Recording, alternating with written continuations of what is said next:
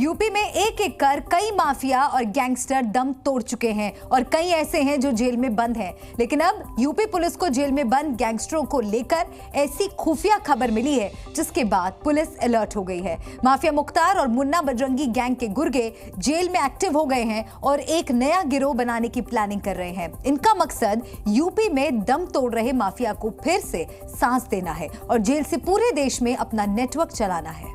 UP में mafia का एक दौर था जब खुलेआम माफिया हथियार लेकर घूमते थे। अपराध की दुनिया में उनकी तूती बोलती थी। पुलिस के पास माफियाओं के गुनाहों की लंबी फाइल पड़ी रहती थी। बावजूद इसके वो खुली हवा में घूमते थे। पुलिस के हाथ उनके गिरबान तक इसलिए नहीं पहुंच पाते थे क्योंकि कई पार्टियों में उनका दबदबा रहता था। इस राजनीतिक शह का उन्होंने जमकर फायदा उठाया। सालों तक यूपी में माफिया ने तांडव मचाया, खुलेआम हत्याएं करवाई, फिरौती और रंगदारी दी। लेकिन इन माफियाओं के खौफ का अंत तब शुरू हुआ जब यूपी की सत्ता की बागडोर योगी आदित्यनाथ ने संभाली।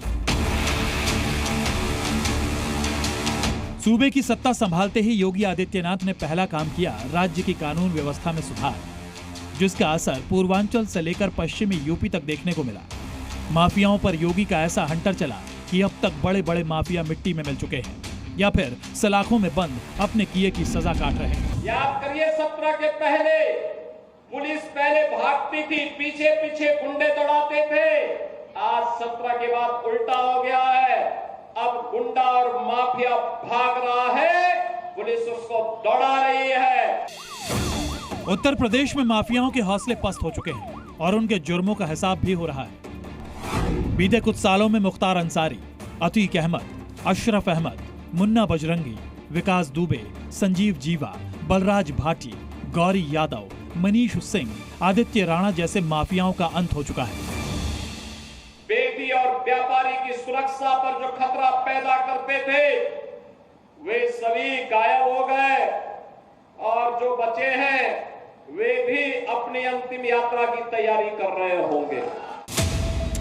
भले ही यूपी में कई माफियाओं का अंत हो चुका है, लेकिन इनका गैंग अभी भी जुर्म की दुनिया में सांस ले रहा है। जेल में बंद माफिया मुख्तार अंसारी और मुन्ना बजरंगी के गुर्गे फिर से गैंग को एकजुट करने की कोशिश कर रहे हैं।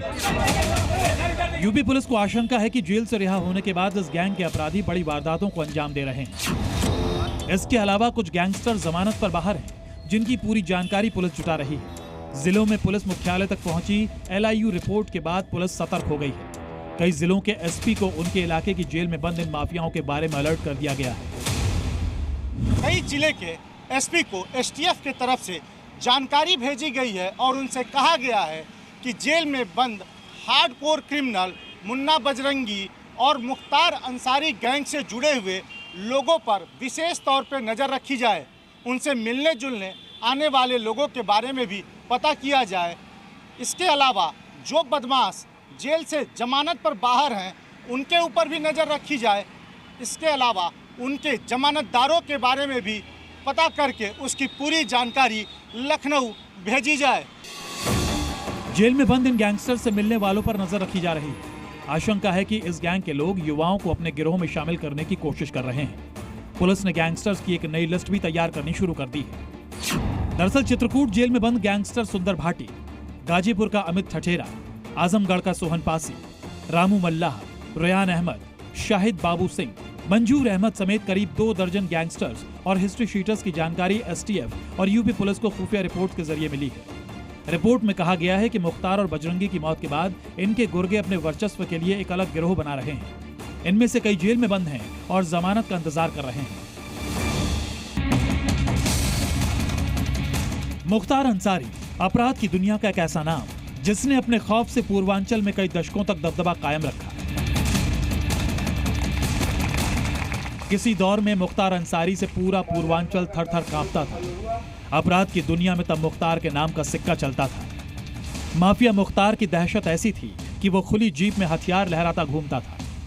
बेबस जनता माफिया को देख खुद ही किनारे हो जाती थी। पूर्वांचल में उसका ऐसा खौफ था कि कोई उसके खिलाफ गवाही देने की हिम्मत तक नहीं जुटा पाता था। अरे बिल्कुल नहीं, मैं आपके कारण नहीं। अपराध की दुनिया का एक और नाम मुन्ना बजरंगी, जो मुख्तार अंसारी के बेहद करीबी था। मुन्ना बजरंगी का असली नाम प्रेम प्रकाश सिंह था। 1967 में उत्तर प्रदेश के जौनपुर जिले के पूरेदयाल गांव में पैदा हुआ मुन्ना ने 5वीं कक्षा के बाद पढ़ाई छोड़ दी। उसे हथियार रखने का काफी शौक था। वो फिल्मों में दिखाए जाने वाले गैंगस्टर की तरह बनना चाहता था।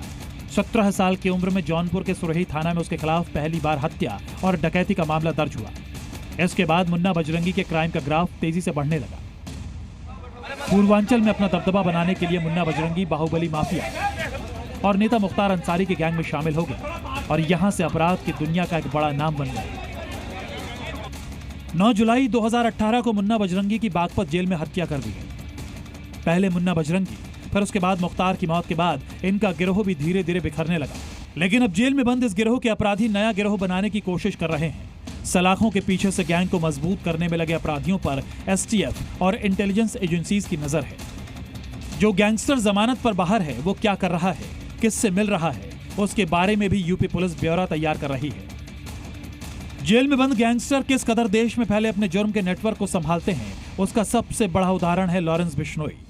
गुजरात की साबरमती जेल में बंद लॉरेंस अपने गुर्गों को ऑर्डर देकर रंगदारी, फिरौती और मर्डर जैसे संगीन अपराध करता है।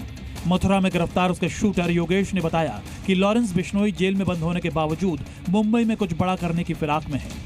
वो जेल से ही अपना पैन इंडिया नेटवर्क संभाल रहा है। ज्यादा में हैं, वो हमारी सपोर्ट करते हैं, हम उनकी। सब जगह ही है,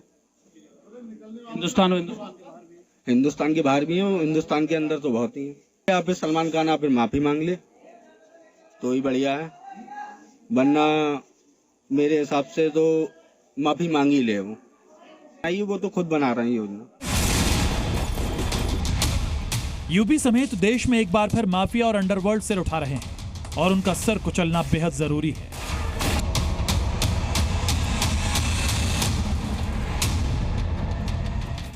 जेल में बंद माफिया फिर एक्टिव ना हो, इसके लिए यूपी पुलिस एक्शन प्लान तैयार कर रही है।